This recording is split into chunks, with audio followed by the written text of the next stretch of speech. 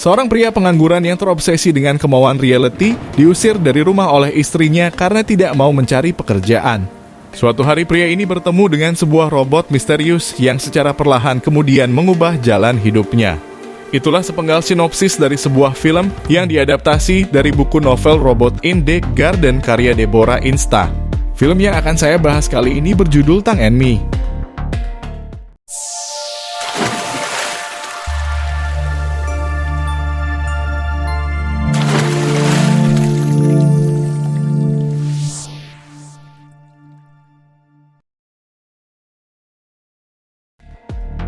Berseting pada kota Jepang di masa depan di mana robot dan manusia hidup berdampingan.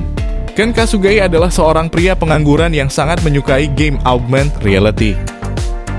Suatu hari istrinya yang bernama Amy memberitahukan mengenai adanya sebuah robot aneh yang tiba-tiba muncul di halaman belakang rumah. Ken menanggapi hal itu dengan tidak serius dan terus mencari-cari kegiatan lain untuk menghindari percakapan tersebut. Sehingga ketika Amy bertanya mengenai wawancara kerjanya, barulah Ken melarikan diri ke halaman untuk memeriksa pintu belakang yang terlihat telah mengalami kerusakan. Dan mungkin inilah penyebab mengapa ada sebuah robot yang bisa masuk ke halaman. Robot yang dimaksud oleh Amy terlihat sedang duduk di bawah pohon sambil memandangi kumpulan kuda di depannya. Ken mendekati robot itu dan mengajukan beberapa pertanyaan. Anehnya, robot tersebut hanya terus mengulangi kata-kata yang diucapkan oleh Ken sebelum kemudian memperkenalkan dirinya sebagai Tang. Segera Ken membawa robot itu ke toko barang rongsokan untuk menjual beberapa part yang mungkin masih berharga. Akan tetapi si pemilik toko berkomentar tentang tidak adanya nomor seri pada robot tersebut sehingga tidak memungkinkan untuk bisa didaur ulang. Dan ketika badan Tang dibuka, kedua pria ini dikejutkan dengan mesin aneh yang ada di dalamnya serta merek Atobit System yang merupakan perusahaan pembuat robot terbesar saat ini. Mengabaikan robot itu, Ken memutuskan untuk kembali ke rumah. Tanpa dia sadari, ternyata Tang terus mengikutinya dari belakang. Dia kemudian sampai di rumah dan meninggalkan pintu terbuka sehingga Tang bisa ikut masuk dan mulai memindai semua potret keluarga Ken sebelum. Kemudian bermain dengan sekotak tisu yang ada di ruang tamu. Sementara itu Ken mendapati istrinya sedang berdiri di dalam sebuah ruangan yang rencananya akan mereka jadikan kamar bayi suatu saat nanti. Di sana Amy mengatakan bahwa dia baru saja mendapat telepon dari pihak rumah sakit yang mempertanyakan kenapa Ken tidak datang pada sesi wawancara kerjanya.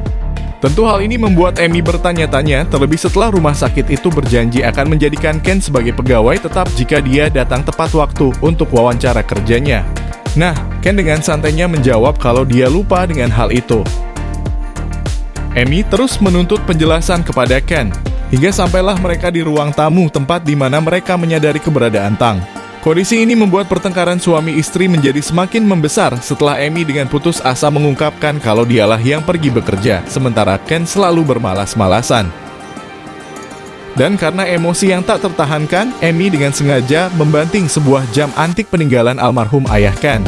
Yang mana hal ini membuat Ken justru ikutan marah dan lantas mengungkapkan kalau dia sudah tidak peduli lagi.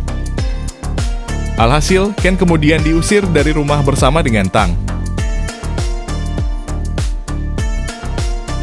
Saat Ken sudah berteduh di sebuah halte bus sembari mengeluh tentang perilaku istrinya, Ken mendapati adanya kebocoran pada tubuh Tang. Jadi dia pun membukanya lalu mengeringkan cairan yang keluar menggunakan kaos kakinya. Di sana, Ken yang mulai penasaran dengan logo Atobit lantas memindainya menggunakan ponsel, yang kemudian mengarahkan ke sebuah situs web perusahaan yang memberikan sebuah penawaran untuk menukarkan robot model lama dengan robot model terbaru. Dan kebetulan ada robot tipe koki yang sangat diinginkan oleh Amy. Ken pun memiliki ide untuk menukarkan Tang dengan robot koki tersebut, berharap hubungannya dengan sang istri bisa kembali membaik. Maka dari itu terbanglah dia bersama Tang ke lokasi perusahaan Atobit yang berada di kota Fukuoka.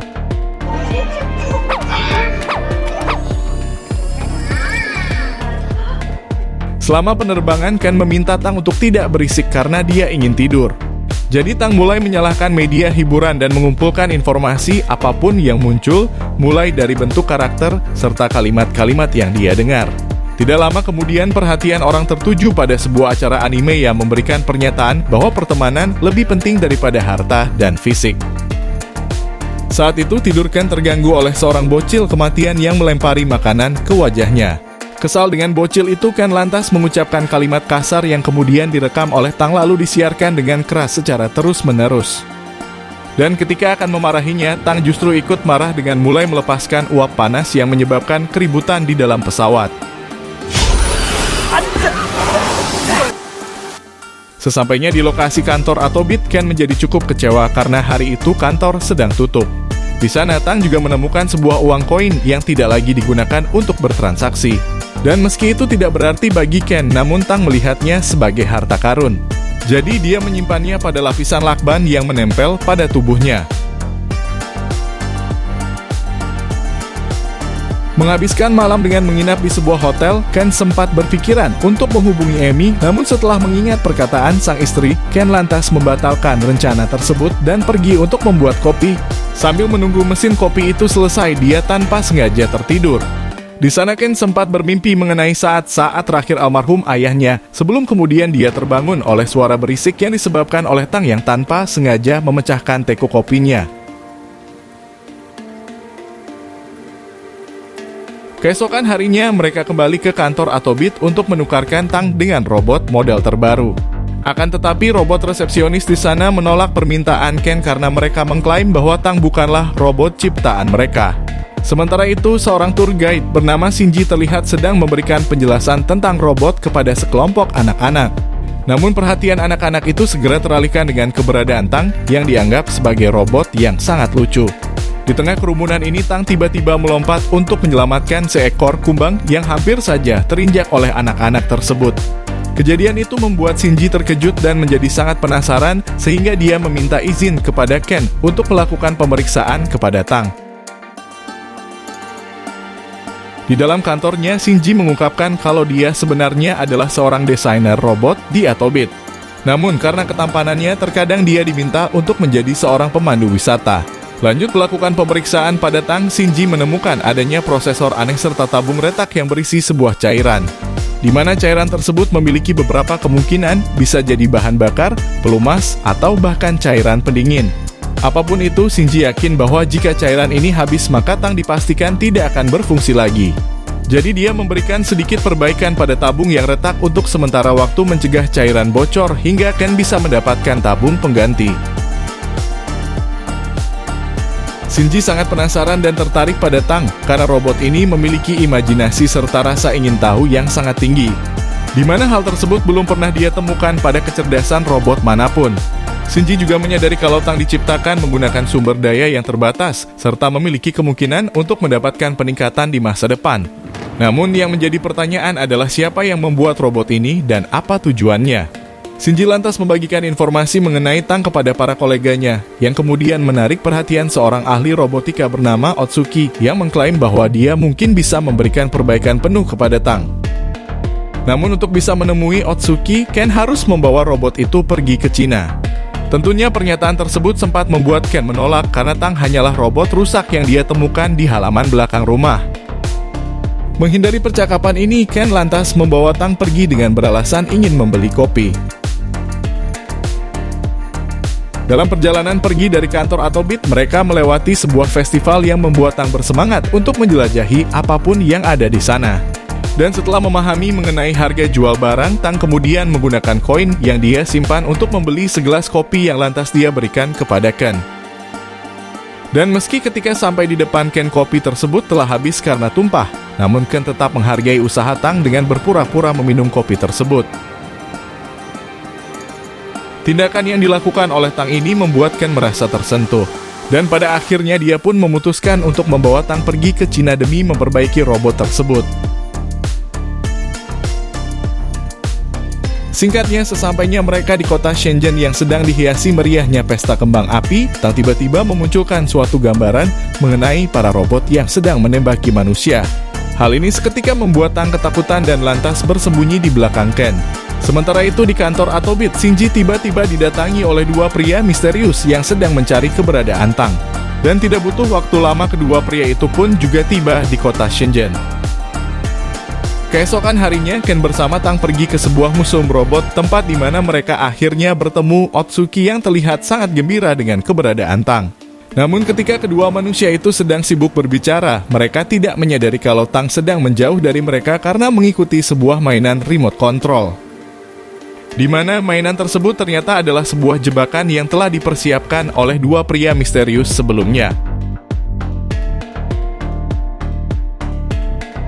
Di saat yang sama, Ken bersama Otsuki akhirnya menemukan Tang yang sedang berada di dalam kurungan. Namun karena saat itu mobil mulai bergerak, Otsuki lantas meminta Ken untuk melemparkan ID card-nya ke dalam mobil tersebut agar bisa melacak kemana Tang dibawa pergi.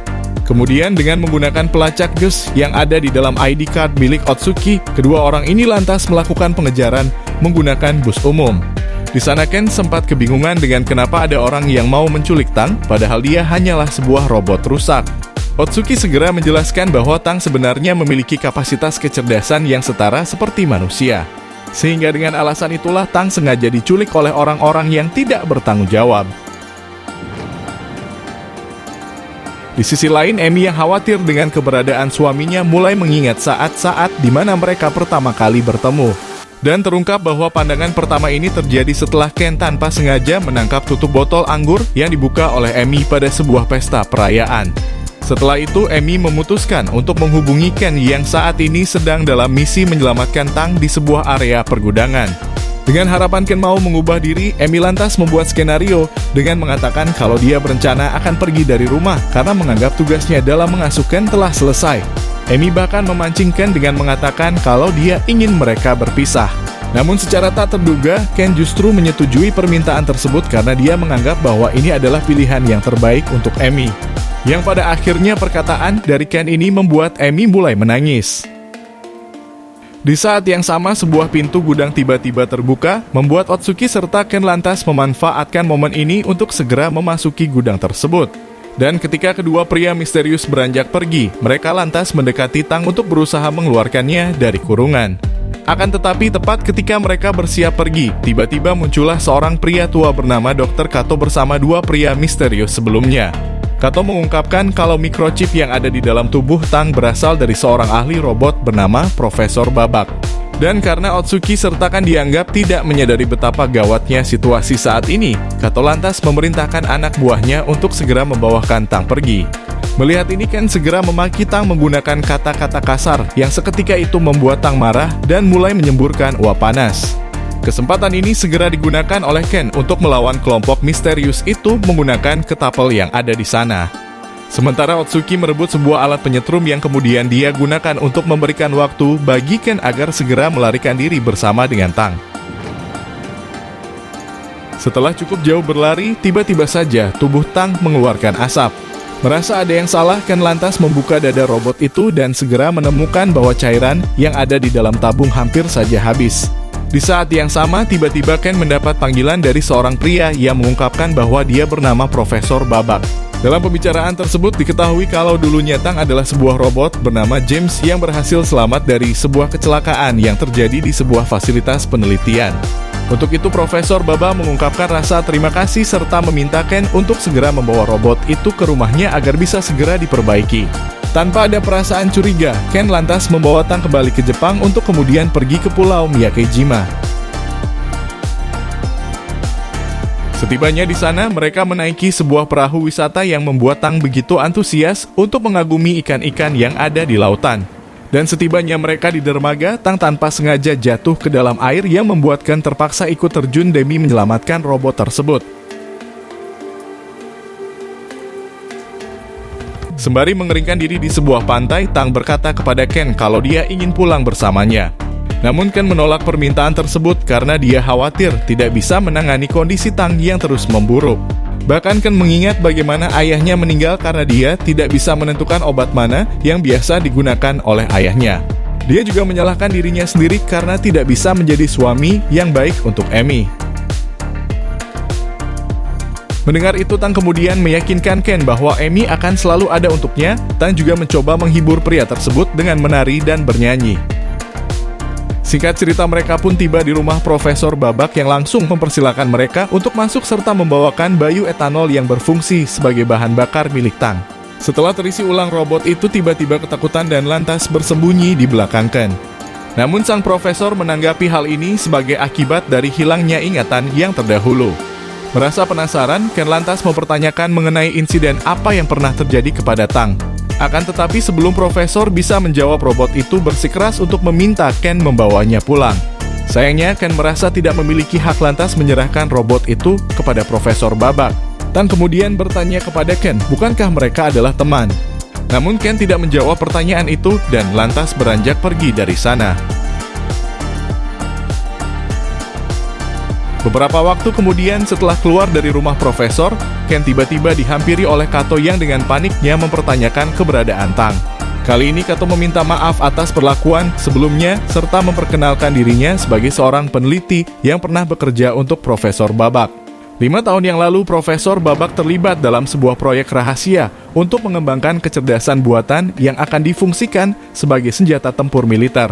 Namun suatu hari ketika para robot sedang melakukan pelatihan menembak, tiba-tiba ada satu robot bernama James yang menunjukkan perasaan ketakutan seperti layaknya seorang manusia. Dan berkat kecerdasan yang terlalu mirip dengan manusia, Kato lantas meminta Profesor untuk menghentikan tes tersebut. Akan tetapi sang Profesor justru mengabaikan permintaan Kato hingga menyebabkan James lepas kendali dan mulai menembaki para robot serta beberapa personil militer yang ada di ruangan percobaan. Setelah itu Profesor Babak mencuri microchip yang ada di dalam tubuh James sebelum kemudian melakukan prosedur penghancuran diri pada fasilitas penelitian. Dan karena ini adalah proyek rahasia, maka insiden tersebut kemudian ditutupi dan dianggap sebagai sebuah kecelakaan. Mendengar cerita itu, Ken lantas mengambil mobil Kato untuk bergegas kembali ke rumah Profesor Babak. Sementara itu, Tang melakukan apapun yang dia bisa untuk berusaha melarikan diri dari sang Profesor.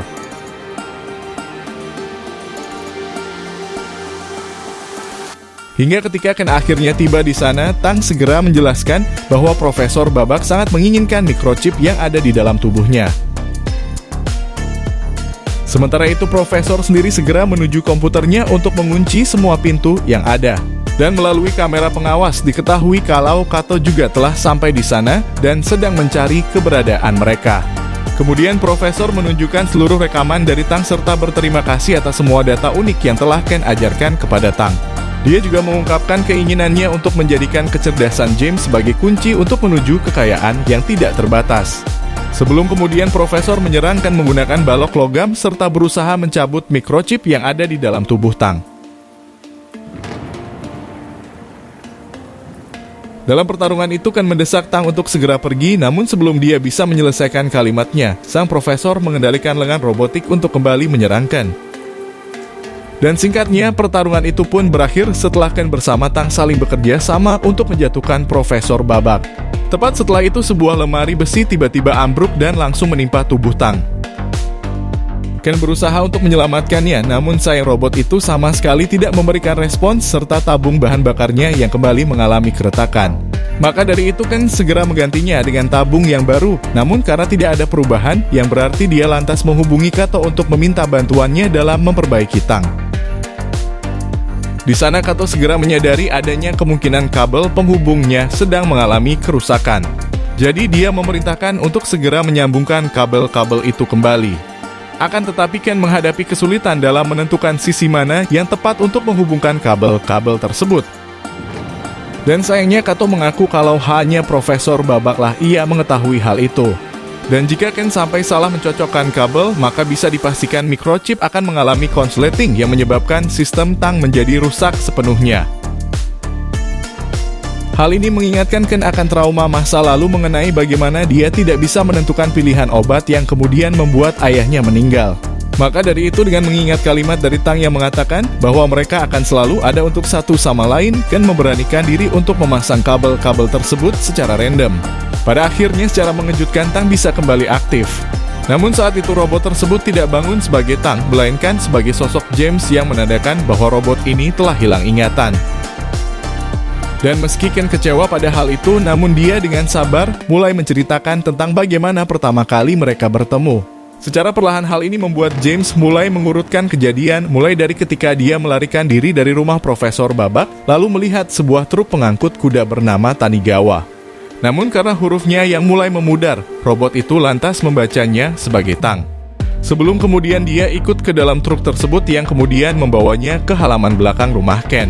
Nah, saat itulah James yang telah mengingat semuanya lantas mengembalikan dirinya sebagai sosok Tang dan membuatkan menangis terharu.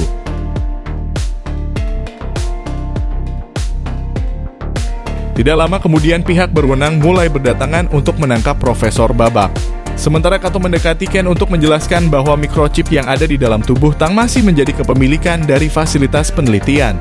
Meski begitu, Ken diizinkan untuk tetap membawa Tang pergi asalkan dia bersedia menjadi bagian dari tim, serta melaporkan semua data berharga kepada fasilitas. Dan terakhir, Ken juga harus menandatangani kontrak atas persetujuan dari keluarganya. Semangat dengan kehidupan baru yang akan dia jalani, Ken lantas membawa Tang untuk segera pulang ke rumahnya. Di sana mereka bertemu dengan Amy yang telah siap pergi meninggalkan rumah serta jam antik milik almarhum ayah Ken yang terlihat telah diperbaiki oleh Amy. Ken memuji istrinya karena telah memperbaiki jam tersebut, namun Amy menanggapi hal itu dengan cukup dingin membuat Ken tidak mampu berkata apa-apa. Dan tepat ketika Amy beranjak pergi, Tang segera mencegahnya dan lantas memutar rekaman suara yang diucapkan oleh Ken tepat sebelum mereka kembali ke rumah. Di mana Ken mengatakan bahwa mereka akan pulang ke rumah sehingga dia bisa menjadi seorang dokter. Dan suatu hari dia akan memberitahu Amy bahwa semuanya akan baik-baik saja. Yang pada akhirnya hal ini membuat Amy menangis dan lantas mengurungkan niatnya untuk pergi dari rumah setelah Ken berjanji akan menjadi suami yang berguna. Dan ketika Amy mengucapkan terima kasih kepada Tang karena telah membawa suaminya pulang, Tang bisa mendeteksi adanya bentuk kehidupan lain di dalam perut Amy. Yang ternyata Amy sebenarnya sedang mengandung. Dan pada awalnya Amy berpikir untuk merahasiakan kehamilan itu dari sang suami agar bisa membesarkan anaknya sendirian. Namun setelah apa yang terjadi hari ini, Amy menjadi sangat yakin bahwa Ken bisa menjadi ayah yang hebat. Film kemudian diakhiri dengan Tang yang menari gembira sambil tertutupi oleh kain. Dan begitulah kisah yang diadaptasi dari buku novel Robot in the Garden karya Deborah Insta. Bagaimana pendapat kalian? Tulis aja di kolom komentar.